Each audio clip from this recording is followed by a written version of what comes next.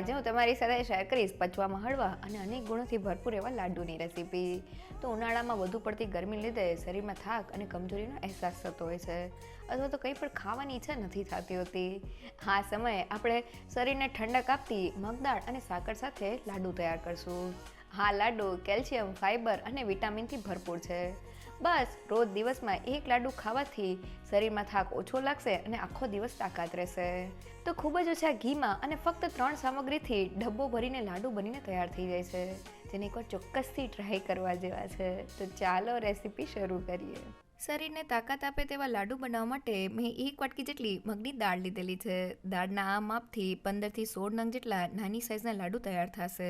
હવે દાળને પાણીથી સારી રીતે ધોઈ લઈએ, જેથી દાળની ઉપર રહેલો પાવડરનો ભાગ નીકળી જાય. ધોવાયેલી દાળનું બધું જ પાણી ચાયણાની મદદથી કાઢી લઈએ. હવે આપણે દાળને કોરી કરવાની છે, એટલે તેને ચાયણામાં થોડી સ્પ્રેડ કરી દઈએ અને પંખા નીચે રહેવા દઈએ. તો લગભગ 5 થી 7 મિનિટ જેવું થઈ ગયું છે અને દાળ પંખા નીચે એકદમ ફટાફટ કોરી થઈ ગઈ છે. તો હવે આપણે દાળને શેકવાની છે. તો મેં મીડિયમ ગેસની ફ્લેમ પર પેનને ગરમ કરી દીધેલું છે. તેમાં દાળને એડ કરી દઈએ. શરૂઆતમાં ઘી કે તેલને એડ કર્યા વગર દાળને થોડી શેકી લઈએ. તો આ દાળને આપણે પાણીથી ધોયેલી છે, એટલે શરૂઆતમાં આપણે તેને એમને શેકીને કોરી કરી લેવાની છે. લગભગ 5 થી 6 મિનિટ જેવું થઈ ગયું છે અને દાળ શેકાઈને આ રીતની ક્રિસ્પી થઈ ગઈ છે.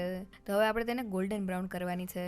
તો મેં લાડુ બનાવવા માટે 5 થી 6 મોટી ચમચી જેટલું ઘી લીધેલું છે. તેમાંથી 1 મોટી ચમચી જેટલું ઘી દાળને શેકવા માટે એડ કરી દઈએ અને દાળને સતત હલાવતા જઈને થોડી ગોલ્ડન બ્રાઉન કરી લઈએ. તો મગદાળ કેલ્શિયમ, પ્રોટીન અને ફાઇબરથી ભરપૂર હોય છે. તેની સાથે બનેલા લાડુ શરીરમાં થાક અને કમજોરીને ઓછી કરે છે અને શરીરને તાકાત આપે છે. સાથે ખરતા વાળ જેવી સમસ્યામાં પણ રાહત મળે છે. તો લગભગ 3 થી 4 મિનિટ જેવું થઈ ગયું છે અને દાળ એકદમ સારી રીતે શેકાઈને ઉપરથી થોડી ગોલ્ડન બ્રાઉન થઈ ગઈ છે. આપણે તેને વધુ વાર નથી શેકવાની, નહીં તો લાડુમાં તેનો કડવો સ્વાદ આવશે. તો હવે ગેસની ફ્લેમ બંધ કરીને શેકાયેલી દાળને પ્લેટમાં કાઢી લઈએ અને હવે શેકાયેલી દાળને થોડી ઠંડી કરી લઈએ, જેથી આપણે તેને ગ્રાઇન્ડ કરી શકીએ. દાળ ઠંડી થાય એટલે તેને પીસવા માટે મિક્સર જારમાં એડ કરી દઈએ. બીજી કોઈ પણ વસ્તુ એડ કર્યા વગર તેને ગ્રાઇન્ડ કરી લઈએ. ઢાંકણ ખોલીને જોઈએ તો દાળ એકદમ સારી રીતે ગ્રાઇન્ડ થઈને તેનો આ રીતનો ફાઇન પાવડર તૈયાર થઈ ગયો છે, જે લાડુ માટે એકદમ પરફેક્ટ છે. તો લાડુ માટે મગદાળનો પાવડર તૈયાર થઈ ગયો છે. અહીંયા આપણે મગદાળને શેકીને એકદમ ક્રિસ્પી અને કુરકુરી તૈયાર કરેલી છે, જેના લીધે મગદાળની એકદમ સરસ નટી ફ્લેવર આપણા લાડુમાં આવશે. સાથે લાડુ લાંબા સમય સુધી સારા રહેશે. સાથે મગદાળને ગ્રાઇન્ડ કરતી વખતે આપણે એ વાતનું ખાસ ધ્યાન રાખવાનું છે કે આપણે મગદાળનો એકદમ ફાઇન પાવડર તૈયાર કરવાનો છે. મગદાળને આપણે એકદમ ફાઇન પીસીને જ્યારે લાડુ તૈયાર કરશું ત્યારે લાડુમાં એકદમ માવા જેવું ટેક્સચર આવશે.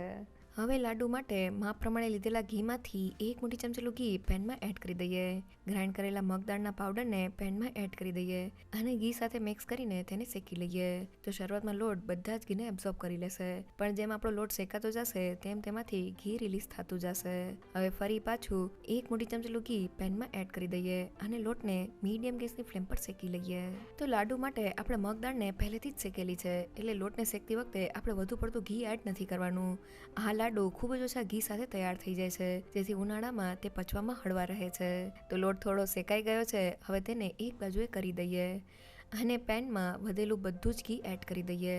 હવે મેં અહીંયા 2 મોટી ચમચી જેટલા મગજતરીના બી લીધેલા છે, તેને ઘીમાં એડ કરીને થોડા શેકી લઈએ. તો બી એકદમ સારી રીતે ફૂટવા લાગ્યા છે. હવે બધી જ વસ્તુને લોટમાં મિક્સ કરી લઈએ અને લોટને થોડો શેકી લઈએ. તો મગજતરીના બી તાસીરમાં ઠંડા હોવાથી આપણે તેને લાડુમાં એડ કરેલા છે. આ લાડુમાં આપણે ડ્રાયફ્રૂટ એડ નથી કરવાના, કારણ કે ડ્રાયફ્રૂટ તાસીરમાં થોડા ગરમ હોય છે. તો લોટ એકદમ સારી રીતે શેકાઈને તમે જોઈ શકો છો કે તેનો કલર સેજ બદલાઈને ગોલ્ડન બ્રાઉન થઈ ગયો છે. તો ગેસની ફ્લેમ બંધ કરી દઈએ અને મિક્સરને એક મોટા વાસણમાં કાઢી લઈએ અને હવે લાડુના મિક્સરને થોડું સ્પ્રેડ કરી દઈએ. હવે લાડુમાં ફ્લેવર માટે અડધી ચમચી જેટલો એલચી પાવડર એડ કરી દઈએ. હવે આપણે તેમાં મીઠાશ એડ કરવાની છે. તો મેં 3/4 કપ અને વજનમાં 110 ગ્રામ જેટલી ખડી સાકર લીધેલી છે. તમે તેની જગ્યાએ ખાંડનો ઉપયોગ પણ કરી શકો છો. તેને મિક્સર જારમાં ગ્રાઇન્ડ કરી લઈએ. તો સાકર ગ્રાઇન્ડ થઈને તેનો આ રીતનો ફાઇન પાવડર તૈયાર થઈ ગયો છે. તો હવે તેને લાડુના મિક્સરમાં એડ કરી દઈએ અને બધી જ વસ્તુને મિક્સ કરી લઈએ. તો લાડુનું મિક્સર થોડું ગરમ હોય ત્યારે જ આપણે તેમાં સાકરનો ભૂકો એડ કરી દેવાનો છે, જેથી આપણે લાડુને એકદમ સારી રીતે બાઇન્ડ કરી શકીએ. તો બધી વસ્તુ મિક્સ થઈને મિક્સરમાં આ રીતનું એક બાઇન્ડિંગ આવી ગયું છે. તો હવે ફટાફટ લાડુ વાળવા માટે થોડું મિક્સર હાથમાં લઈને તેમાંથી નાની સાઇઝનો લાડુ તૈયાર કરી લઈએ અને હવે આ રીતના બધા જ લાડુને તૈયાર કરી લઈએ. તો ડબ્બો ભરીને આપણા લાડુ તૈયાર થયા છે. 1 વાટકી મગદાળમાંથી 15 થી 16 નંગ જેટલા નાની સાઇઝના લાડુ તૈયાર થયા છે. એક લાડુને હાથેથી તોડીને જોઈએ તો લાડુ ખાવામાં એકદમ સોફ્ટ તૈયાર થયા છે. એકવાર જરૂરથી ટ્રાય કરજો. તૈયાર થયેલા આ લાડુને આ રીતના એર ટાઈટ કન્ટેનરમાં ભરીને તમે બહાર 1 મહિના સુધી રાખી શકો છો. તે જરા પણ નથી બગડતા. તો આપણા લાડુ બનીને તૈયાર થઈ ગયા છે. ખૂબ જ ઓછા ઘીમાં અને ફક્ત 1 વાટકી મગ દાળ સાથે 15થી 16 નંગ જેટલા લાડુ બનીને તૈયાર થયા છે, જે સ્વાદમાં બહુ જ ટેસ્ટી લાગે છે. આ લાડુ ખાવાથી શરીરમાં થાક અને કમજોરી ઓછી થાય છે, સાથે ખરતા વાળ જેવી સમસ્યામાં પણ રાહત મળે છે. ઉનાળામાં એકવાર આ લાડુ ચોક્કસથી ટ્રાય કરવા જેવા છે. જો તમને મારી આજની રેસીપી ગમી હોય તો મને કમેન્ટ સેક્શનમાં જરૂરથી કહેજો. સાથે મારા વિડીયોને લાઇક અને ફ્રેન્ડ્સ અને ફેમિલીમાં શેર કરજો અને મારી ચેનલને સબસ્ક્રાઈબ કરવાનું ના ભૂલશો. તો ફરી મળીએ એક નવી રેસીપી સાથે.